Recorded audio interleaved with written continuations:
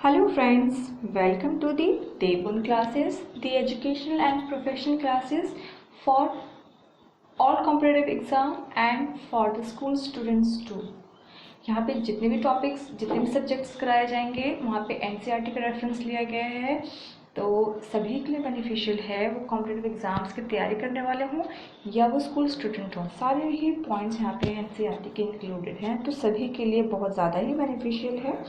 आज हम लोग क्लास 9th का चैप्टर 2 करने वाले हैं, जिसका नाम है is matter around us pure. ठीक है, इसका फर्स्ट पार्ट आज हम करने वाले हैं, तो चलिए स्टार्ट कर लेते हैं। सबसे पहले हम देख लेते हैं कि कंटेंट क्या क्या है इसके। So let get started. Cover करने वाले हैं टॉपिक्स, वो है आपका मैटर, देन एलिक्सर, कंपाउंड, ठीक है, एंड सॉल्यूशन। ये कुछ टॉपिक्स हैं जो हम यहाँ पे कवर करने वाले हैं। तो चलिए स्टार्ट कर लेते हैं। Let's see, is matter around us pure. Matter, आप जानते हैं मैटर क्या है? Everything that occupy space and that have मास। किसी भी चीज़, वो सभी चीज़ें जिसके अंदर मास होता है यानी कि वेट होता है और जो कोई स्पेस ऑक्यूपाई करते हैं, उसे हम मैटर कहते हैं। फॉर एग्जांपल गोल्ड, वाटर, ठीक है, एनीथिंग, जो भी चीज़ें हमारे आसपास देखी जाती हैं जिसके अंदर कोई ना कोई मास है और जो स्पेस लेते हैं, जगह घेरते हैं, उसे हम मैटर कहते हैं। तो अब देखिए, हमारे पास है यहाँ पे, आपने अपने आसपास देखे होंगे कितनी सारी चीज़ें।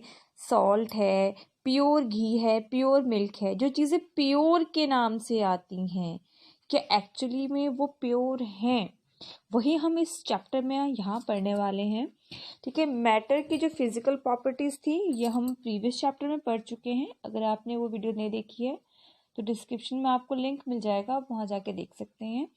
यहाँ हम जो है मैटर का केमिकल कॉम्पोजिशन पढ़ने वाले हैं। केमिकली हम जानेंगे कि कौन सी चीज़ें प्योर हैं और कौन सी चीज़ें नहीं। ठीक है, तब आपको पता लगेगा ये प्योर नाम से आने वाला मिल्क, प्योर नाम से आने वाले घी, क्या ये वाकई में प्योर हैं या इसमें कुछ और चीज़ भी मिक्स है। इन चीज़ों को हो हम यहाँ पे पढ़ने वाले हैं। तो चलिए देख लेते हैं क्या है। तो देखिए फ्रेंड्स, मैटर के बारे में बता चुकी हूँ। कोई भी चीज़ जो स्पेस ले, जिसका अपना कोई मास होता है, वो मैटर होता है। हमारे आसपास जितनी भी चीज़ें हैं एक्चुअली वो सभी मैटर हैं। ठीक है, तो मैटर जो है उसे हमने दो कैटेगरीज में डिवाइड किया है, प्योरिटी और इम्प्योरिटी के बेस पे। मैटर जो है वो दो टाइप की होती हैं, pure and impure. Pure substance या मैटर कह ले आप। प्योर मैटर किसे कहते हैं? A substance that consist of only one type of particle is called pure substance. देखिए, इससे पहले चैप्टर में मैंने आपको बताया था मैटर क्या होते हैं। मैटर जो हैं वो ग्रुप ऑफ पार्टिकल्स होती हैं। ग्रुप ऑफ पार्टिकल्स कह सकते हैं या ग्रुप ऑफ एटम्स कह सकते हैं केमिकल फॉर्म में। ठीक है, छोटे छोटे एटम्स या पार्टिकल्स को कह लीजिए आप। छोटे छोटे पार्टिकल्स मिलके एक पूरा मैटर बनाते हैं, एक पूरा सब्सटेंस बनाते हैं। तो जिस सब्सटेंस के अंदर only one type of particle या वन टाइप ऑफ एटम देखने को मिलता है, उसे हम बोलते हैं प्योर सब्सटेंस। और इसका एग्जाम्पल क्या है? डायमंड हो गया, सॉल्ट हो गया, सल्फर हो गया, टिन हो गया। ठीक है, तो ये आपके पास एग्जाम्पल है। अगर हम लोग टिन ले लें तो आप देखेंगे कि टिन के अंदर जो है सिर्फ और सिर्फ आपको जो है टिन के सब्सटेंस मिलेंगे, एटम्स मिलेंगे, पार्टिकल्स मिलेंगे। उसके अलावा उसके अंदर कोई और पार्टिकल नहीं है। टिन जिन छोटे छोटे पार्टिकल से मिलके बना है, वो सारे जो पार्टिकल्स हैं वो टिन के ही हैं, दूसरे सब्सटेंस उसके अंदर नहीं मिला होगा। ठीक है, ऐसे ही डायमंड के अंदर होता है, ऐसे ही सॉल्ट के अंदर होता है। ठीक है, वहीं पर हम इम्प्योर सब्सटेंस की बात करें, जिसको हम मिक्सचर भी कहते हैं। इम्प्योर को मिक्सचर भी कहते हैं। तो देखिए क्या है, when we combine different substance into each other a mixture is formed.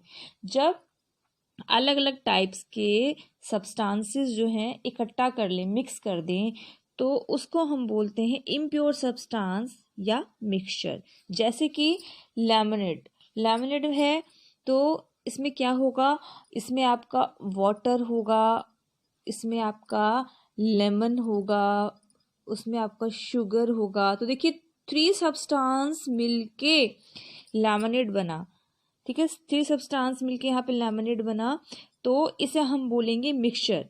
But वहीं प्योर सब्सटेंस की बात करेंगे तो सिर्फ एक ही टाइप के पार्टिकल्स मिलेंगे, एक ही टाइप के एटम्स मिलेंगे, और इसमें जो है आपको डिफरेंट डिफरेंट टाइप्स के सब्सटेंस मिलेंगे।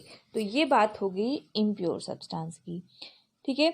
तो अब चलिए देख लेते हैं जो प्योर सब्सटेंस हैं वो आगे जाके भी फिर 2 तरीके के सब्सटेंस में डिवाइड होते हैं। प्योर के अंदर एलिमेंट्स भी आते हैं और कंपाउंड्स भी। अब ये एलिमेंट और कंपाउंड क्या है, तो देखिए एलिमेंट वो है जो आपका एक ही एटम से मिलके बना हुआ है, सिंगल पार्टिकल से मिलके बना है। फॉर एग्जाम्पल अगर मैं बात करूं यहाँ पे गोल्ड की, गोल्ड जो एक एलिमेंट है, जो एक सब्सटेंस है, तो इसके अंदर, गोल्ड के अंदर सिर्फ और सिर्फ क्या है, आपको गोल्ड के ही पार्टिकल्स मिलेंगे और दूसरे पार्टिकल्स नहीं मिलेंगे। सारे के सारे पार्टिकल्स ही उसमें गोल्ड के होंगे, ठीक है। और अब फिर मैं कंपाउंड की बात करूं तो कंपाउंड भी प्योर हैं, लेकिन इसके अंदर चेंज है। इसके अंदर क्या चेंज है, कंपाउंड जो है वो मॉलिक्यूल से, मॉलिक्यूल्स पढ़ोगे आपने, कॉम्बिनेशन ऑफ एटम्स। इसका सबसे अच्छा एग्जांपल है आपके पास वाटर, H2O। H2O मॉलिक्यूल है किसका, वाटर का, जो किससे मिलके बना है, आपका हाइड्रोजन से और आपका ऑक्सीजन से। इसमें हाइड्रोजन के 2 मॉलिक्यूल्स हैं, 2 एटम्स हैं, और ऑक्सीजन का 1, और इन दोनों ने मिलके क्या बनाया, मॉलिक्यूल H2O जो वाटर का है। तो कंपाउंड के अंदर आपको मॉलिक्यूल्स मिलेंगे और सभी एक ही तरीके के मॉलिक्यूल्स मिलेंगे। फॉर एग्जांपल वाटर जो है एक कंपाउंड है, तो वाटर के अंदर जितने भी मॉलिक्यूल्स होंगे सारे H2O H2O H2O ही होंगे, इसके अलावा और कुछ नहीं। इसीलिए प्योर सब्सटेंस के अंदर 2 चीज़ें आती हैं, एलिमेंट्स एंड कंपाउंड। एलिमेंट एक ही तरीके के एटम से मिलके बना है और कंपाउंड जो है वो सिमिलर मॉलिक्यूल से। अब देखिए थोड़ा सा और यहाँ पे आप एटम्स की फॉर्म में देख लीजिए। यहाँ पे हमने हीलियम गैस ली है, तो आप देखेंगे यहाँ पे सारे ही एटम्स जो हैं आपको हीलियम के दिखाई दे रहे हैं, ठीक है।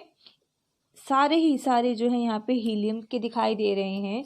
वहीं मैं कंपाउंड की बात करूँ तो हमने यहाँ पे वाटर का एग्जांपल लिया है, प्योर वाटर। तो आप यहाँ पे देखेंगे, यहाँ पे आप देखेंगे कि इस तरीके का इसमें जो है कुछ कॉम्पोजिशन है, यानी कि यहाँ पे 2 एटम आपको हाइड्रोजन के मिल गए और 1 एटम आपको ऑक्सीजन का मिल गया। तो ऐसे ही सारे मिलेंगे आपको, यहाँ पे सारे आपको ऐसे ही मिलेंगे 3 के ग्रुप में, H2O के ग्रुप में। तो ये दोनों जो है आपके प्योर सब्सटेंस है, इसके अंदर कोई मिक्सिंग नहीं है, ठीक है। आई होप कि आपको समझ में आ गया होगा, ठीक है। तो चलिए आगे देखते हैं एलिमेंट और कंपाउंड के बारे में। अब देखिए जो हमारे एलिमेंट्स हैं, एलिमेंट कौन कौन से हैं, तो एलिमेंट्स में बेसिकली 3 कैटेगरीज आती हैं। एक होता है मेटल, दूसरा नॉन मेटल एंड तीसरा मेटलॉइड्स। जितने भी हमारे मेटल्स हैं, नॉन मेटल्स हैं एंड मेटलॉइड्स हैं, वो इसी के अंदर आते हैं। अब मेटल नॉन मेटल को आप पहली क्लासेस में भी पढ़ चुके हैं कि ये क्या होते हैं। तो मेटल जितने भी हमारे हैं, सिल्वर, कॉपर, गोल्ड, मरकरी, जितनी भी चीज़ें हैं वो सारे हमारे मेटल्स हैं। और मेटल्स की प्रॉपर्टीज़ भी जानते हैं, ये शाइनी होते हैं, ये हीट और इलेक्ट्रिसिटी के कंडक्टर होते हैं, देन लस्ट्रस होते हैं, तो इसीलिए ये गोल्ड वगैरह के ऑर्नामेंट बनाने के काम आते हैं, ठीक है। इनके अंदर मॉलिबिलिटी होती है, डक्टिलिटी होती है। मॉलिबिलिटी आप जानते हैं, जिससे हम क्या है कि मेटल्स को एक पतली पतली शीट्स में कन्वर्ट कर सकते हैं। डक्टिबिलिटी होती है, जिससे कि हम मेटल्स को वायर में कन्वर्ट कर सकते हैं, ठीक है। तो ये इसके कुछ क्या है फीचर्स थे मेटल के। ऐसे ही नॉन मेटल के भी होते हैं। नॉन मेटल्स क्या होते हैं, नॉन मेटल्स के फीचर है कि वो जो है कंडक्टर नहीं होते हैं हीट और इलेक्ट्रिसिटी के, ठीक है, और अलग अलग कलर्स में आते हैं, ये सोनरस भी नहीं है, लस्ट्रस भी नहीं है, ठीक है। उसके बाद आता है मेटालॉइड। मेटालॉइड्स क्या होते हैं? मेटालॉइड वो होते हैं जिसके अंदर मेटल्स और नॉन मेटल्स दोनों की प्रॉपर्टी देखने को मिलती है, दोनों का ही प्रॉपर्टी होता है। इसका एग्जाम्पल है आपके पास जर्मेनियम, सिलिकॉन, ठीक है, सल्फर, ये इसका एग्जाम्पल है किसका? मेटालॉइड्स का, ठीक है। तो ये कुछ एग्जाम्पल हो गए मेटालॉइड्स के, सॉरी एलिमेंट्स के। हम सभी जानते हैं जितने भी मेटल्स नॉन मेटल्स हैं सारे हमारे किसके अंदर आते हैं?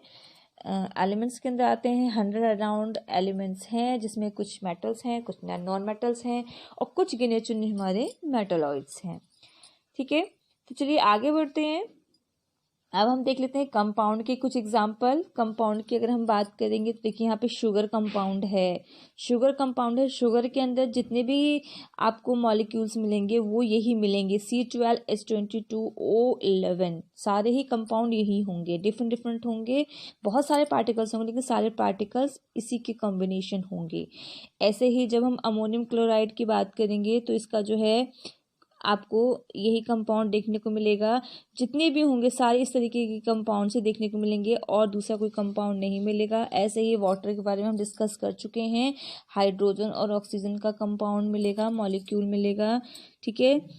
उसके बाद जो नमक है, सोडियम और क्लोरीन के मिक्सचर से बना हुआ है, तो सोडियम और क्लोरीन का ही कॉम्बिनेशन, उसी के ही मॉलिक्यूल ग्रुप में आपको मिलेंगे, तो ये कंपाउंड का एग्जाम्पल है। तो ये सभी प्योर कैटेगरी में आते हैं, प्योर है, ठीक है। आई होप आपको समझ में आ गया होगा। चलिए आगे बढ़ते हैं मिक्सचर की तरफ। मिक्सचर नाम से पता चल रहा है बहुत सारे सब्सटेंसेस का मिक्सचर होता है, ठीक है। इसमें दो कैटेगरी होती है, होमोजीनियस एंड हेट्रोजीनियस। होमोजीनियस और हेट्रोजीनियस नाम से ही पता चल रहा है। होमोजीनियस जो मिक्सचर होता है कि इसका सेम टाइप के जिसका मिक्सचर करने पे, जिनमें सब्सटेंस को मिक्स करने पे क्या होता है, वो अच्छे से एक दूसरे में मिक्स हो जाते हैं यूनिफॉर्मली, कोई भी पार्टिकल अलग अलग नहीं दिखता, यूनिफॉर्मली अच्छे से एक दूसरे में मिक्स हो जाते हैं। जैसे कि शुगर वाटर और लेमन हम अगर ले लें, शुगर वाटर और लेमन, शुगर को और वाटर को और लेमन को जब हम ऐड करेंगे तो आप देखेंगे जब इसका मिक्सचर तैयार हो जाएगा तो आपको इसके पार्टिकल अलग अलग से देखने को नहीं मिलेंगे, एक यूनिफॉर्म पार्टिकल मिलेगा। तो ऐसे मिक्सचर को यूनिफॉर्म मिक्सचर बोलते हैं, जिनके पार्टिकल्स आपस में अच्छे से मिक्स हो जाएं। वही अगर हेट्रोजीनियस की हम अगर बात करेंगे तो इसके जो कंपोनेंट्स होते हैं, इसके जो सब्सटेंसेस होते हैं वो नॉन यूनिफॉर्मली मिक्स होते हैं, नॉन यूनिफॉर्मली, यानी कि इसके पार्टिकल्स को जो है हम आइडेंटिफाई कर सकते हैं, अच्छे से हम इसको देख सकते हैं और इसको हम सेपरेट भी कर सकते हैं फिजिकल मीन से। इसको हम फिजिकल मीन से सेपरेट नहीं कर सकते क्योंकि पार्टिकल्स डिसॉल्व हो जाते हैं, बट इसको हम सेपरेट कर सकते हैं। इसका जो एग्जांपल हो गया हमारे पास वो हो गया सैंड वाटर। आप देखेंगे जब सैंड में वाटर में सैंड घुलता है तो सैंड और वाटर के पार्टिकल्स को हम अलग अलग देख सकते हैं और इसको हम फिजिकल मीन से सेपरेट भी कर सकते हैं, ठीक है। तो आज के लिए इतना ही था। मिक्सचर के अंदर जो होमोजेनियस और हेट्रोजीनियस है उसके बारे में हम और ज़्यादा डिटेल में पढ़ेंगे नेक्स्ट वीडियो में, ठीक है। तब तक के लिए अगर आपको मेरा वीडियो पसंद आए तो वीडियो को लाइक और शेयर करना मत भूलिएगा। Thank you so much, keep smiling. मिलते हैं अपने अगली वीडियो में, तब तक के लिए